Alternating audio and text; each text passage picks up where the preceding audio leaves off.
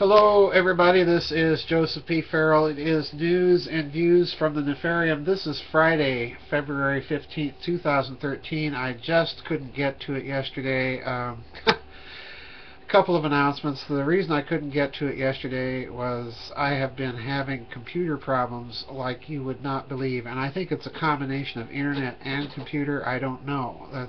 It's baffling to me. I've never seen anything like this, and hopefully, cross your fingers, I'll get through this news and views, and the recording will actually work, and the internet won't bump me and all of that good stuff. Because I've had just a nightmare. About next week, I may do a news and views early next week, say Monday or Tuesday. I will be out of town on the road a bit. This is dealing with my situation. And if I don't do a news and views, you'll know why. So expect me, if you don't see me next week, back in 2 weeks, if the computer lives. I think the computer is suffering from something. I don't know what. Computer Alzheimer's. Second announcement. Georgianne did go to her eye doctor yesterday, and she said that the surgery, the eye looks okay. They are scheduling the second eye, I don't know which one it is, I'm assuming the left eye, for February 26th, so please keep her in your prayers. She does need some prayers, and I'm a little concerned because she said that she wasn't yet able to see any better than she did before the surgery, so please keep her in your prayers. Another little announcement, I heard that my friend Richard Dolan's furniture went out up there in New York, so say a couple prayers for them that they can find somebody to repair their furnace. Anyway, everybody is talking about two things this week. For those of us who are not watching CNN or MSNBC or any of those things, we're talking about the Pope, and we're talking about the Russian Meteor. And that's what I want to talk about today, the Russian Meteor first, and then the papal resignation secondly, because there's a lot of speculation going around, and you know me, I like to indulge in speculation. Now, isn't it interesting that we had the meteor just as supposedly this big asteroid comes within 17,000 miles of planet Earth? And I'll be honest, my inclination is to view the Russian meteor explosion as simply a meteor that was either broken off of the asteroid or possibly kicked into a trajectory that brought it into Russia earlier today. And I think probably the most basic and likely explanation is that it was a bolide, which is a kind of an exploding meteor. But let's speculate. assume it's not. Alright? Now, the first little article I want to talk about is this one that appeared on RT just today, because apparently Russia's resident nutcase, Vladimir Zhirinovsky, we need more like him in this country. I'd say give him to the dummy crooks or the Republic thugs, because he'd fit right in. Okay, this guy is, according to RT, stating that, quote, no meteor fell in the Urals on Friday, but rather the U.S. was testing a weapon. Now, earlier in the week, U.S. Secretary of State John Kerry reportedly tried and failed to reach Russian Foreign Minister Sergei Lavrov by telephone for 2 consecutive days. The State Department said that Kerry wanted to discuss the recent North Korean nuclear test as well as the conflict in Syria. However, Zhirinovsky claimed that the top U.S. diplomat wanted to warn Lavrov about the plot and that it may affect Russia, unquote. So apparently the weapons test, according to Zhirinovsky, was part of some sinister plot. Now, that's not so bad, except we have another report, and I actually found this one more or less at the same time. I got about 5 emails from you right about the same time I was reading this thing, sending me this report. And the report is headlined, Meteor Fragments Rain Down on Russia, 1,100 Injuries Reported, Force of an Atomic Bomb. Now this is interesting because the number of injuries has varied depending on the news source. I've heard everywhere on the radio as I was out today, and then earlier today listening in on the radio in my office, I've heard between 500 and over 1,000 casualties that were wounded. Now, what's interesting here is this article is reporting that, quote, an official from the Interior Ministry told Interfax that 3 large pieces of meteorite debris had been retrieved in the area, and they're talking about an area about 50 miles west of Chelyabinsk, which is a city in the Ural Mountains, all right? So this would be over toward the Volga River, between Chelyabinsk and Volgograd, all right? And they found a crater there, and they, according to this article, have dispatched 10,000 policemen to pick up scraps of this meteor, all right? Now, okay, that's what sets off, I'll be very honest, that's what sets off the alarm bells. And already on the internet you can Google and you'll find that there are already plans in the United States Congress to hold hearings about the dangers of space debris. Now, many of you have already emailed me, and you know, we're already thinking alike, that this seems somehow oddly too convenient. Let's go back and remember Werner von Braun and his affidavit, or pardon me, his statement to Carol Rosen, who later swore out that this is what Dr. von Braun had told her. According to Dr. Rosen, she maintains that Dr. von Braun had told her that first would be the communists, then it would be terrorists, nations of concern, North Korea, nuclear tests, asteroids, and then finally we would have the problem of aliens, invasions, extraterrestrials. So now we have the talk about asteroids. And of course all of this, according to Dr. von Braun, was for the purpose of weaponizing space, all right, getting weapons into outer space. Now, frankly, I think they're probably already there and have probably been there for a very long time. Anti-satellite weapons, certainly the United States and Russia, are going to protect their satellite assets. So are the Europeans, so are the Japanese, so are the Chinese. So I think the idea that space has not been militarized and has been so for quite some time is probably just a pipe dream, all right? Now, the idea of sending out 10,000 policemen, though, this is what bothers me. Because certainly the Russians would be interested in fragments of a bolide or any other meteor for scientific purposes.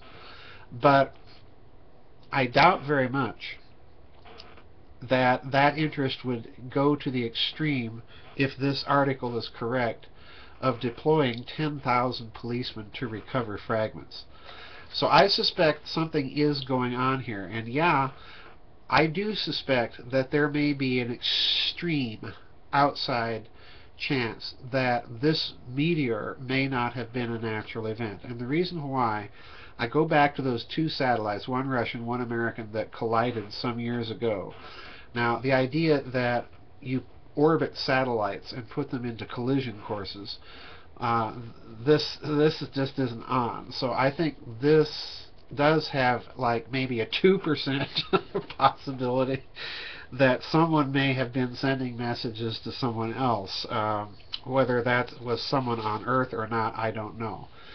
But I think it's interesting that in this instance RT decides to run the story. And you know, I'm of the opinion that when RT runs a story, since it is a Russian government news outlet, they want people to know this particular story. And it's convenient that they choose the resident nutcase in Russia, Vladimir Zhirinovsky, to float the meme that this may not have been a natural event. Time will tell, depending on what the Russians find of this meteor, and if indeed they disclose anything about it.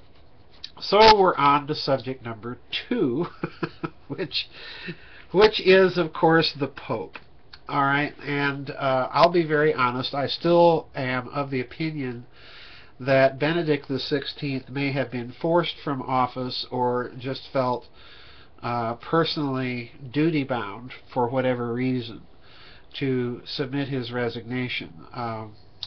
You know, there's all sorts of hysteria on the internet about what may be going on. I have advanced the thesis that it may be related to the Vatican Bank, it may be related to the sex scandals, it may be related to both.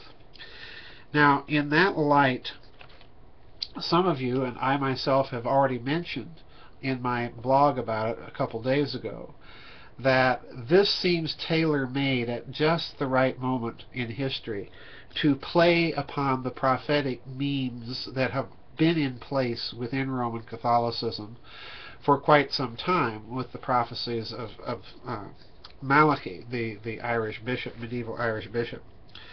Now, there is a very, very interesting article, and again, many of you sent this to me. This was called The Trail of Breadcrumbs, The Resignation of Pope Benedict and the Great Financial Collapse. And this is an article, a rather thoughtful article actually. And I can't see an author's name on this right now, so I apologize, whoever you are, if I have missed your name somewhere. But I think this is the kind of article that I want to direct your attention to, because basically it links 5 men, and I want to draw your attention to 2 of them. The third man in that it comments about is Michel Camdesis, a Frenchman, and this is what it says. On December 18th, 2011, just before the penultimate meeting of a group of central bankers in France, the third man in our trail of breadcrumbers appears. The new leader of the Palais Royal Group, Michel Camdesis, a French economist and former managing director of the IMF. The group came to its conclusion. The report of the Palais Royal Initiative, issued in January of 2011 and revised the next month, called for the creation of a supranational banking power outside the control of any government. Now, does this sound like the Bank of International Settlements? Which would issue the global reserve currency in the form of SDRs, or special drawing rights, a unit of account created at Bretton Woods in 1944. Essentially, Camdesis' old colleagues at the International Monetary Fund and the Bank of International Settlements, there we are, want to take over international finance. We can't blame them for trying, right? Camdesis presented the document to French President Sarkozy, and the report was disseminated on October 5th, 2011, among the papers of the G20, appearing on the abstract as a paper specifically for the G20. Now, the next person I want you to listen carefully to is Peter Cardinal Turkson, who is the Cardinal who is the president for the Pontifical Council of Justice and Peace, because this is the famous black cardinal from Africa that is now being touted as a papabile in the upcoming conclave next month to elect Benedict XVI's successor. And Cardinal Turkson is one of these people in the Curia who have been calling for a global currency and a global central bank. Now, you recall that Benedict XVI has kind of prepared the groundwork for this by already coming out and stating that the world would need a global moral authority, a global moral consultant to whatever global government and global financial system as emerges. And of course, the papal claims to be that authority are on record. They've been on record since at least the Middle Ages. Sorry, Roman Catholics, I don't buy that these claims are original to the deposit of the Catholic faith. I'm sorry, I don't. But at least there is a track record of these claims having been made. Now, in law, this is called a claim of right. All right? Now, what's going on here is something that goes all the way back to Dante Alighieri, who of course was an opponent of the papal power in the Middle Ages. But Alighieri argued in a very, very little known treatise that he wrote that the practice of the natural virtues would allow man ultimately to create a global system of governments. All right? So in other words, it is a component, or can be arguably a component, of traditional Roman Catholic theology to put into place or to help to bring about a global government superstructure, because that would be more responsive to the claims and consulting role of the papacy. Now, I don't need to rehearse to you the fact that this institution, whenever it has had that kind of political power, it has not hesitated to use it to the point and apply it to the point of death. All right? We need only remember, as late as the 19th century, the papal states were in existence. It was a political power, and that it did have the death penalty on record. Prior to that, of course, we know all of the abuses during the Middle Ages. So I look upon these developments, my friends, very, very cynically. And please don't think that I am targeting Roman Catholics. I have Roman Catholics in my family. I'm virtually surrounded by them, let me assure you. So, you know, I grew up with it. So I think what we have to look at now is the possibility that the prophetic memes are going to be increasingly pushed, or prodded, I should say, by the elites, but they're not going to come right out and start talking in those terms. They're going to let the already planted prophetic decoding communities that they themselves helped create decode these memes and stir up the apocalyptic fear and fear-mongering for them. I do have some upcoming blogs about this very topic, and I say some rather controversial things about what prophecy is and how easily it is manipulated. So please, please don't be too ready to jump on the apocalypse bandwagon.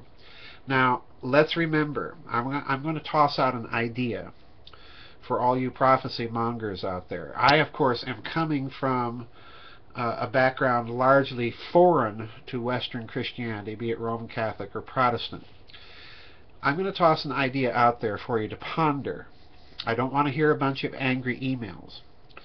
But my idea is, suppose for a moment that any form of millennialism and that any form of fulfillment of whatever school of millennial expectation you may happen to adhere to, suppose for a moment that any form of that kind of fulfillment, be it post-millennial, premillennial, amillennial, whatever, is itself a deception.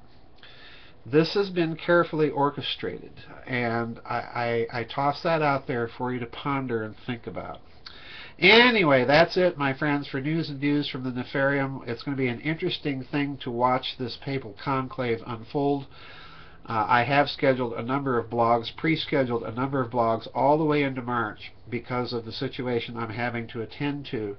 So if my blogs in the coming few weeks, particularly after next week, seem a little untimely, bear with me. I'm dealing with the situation and having to do this kind of ahead of time. Anyway, thanks everybody for tuning in. God bless, and we'll see you on the flip side.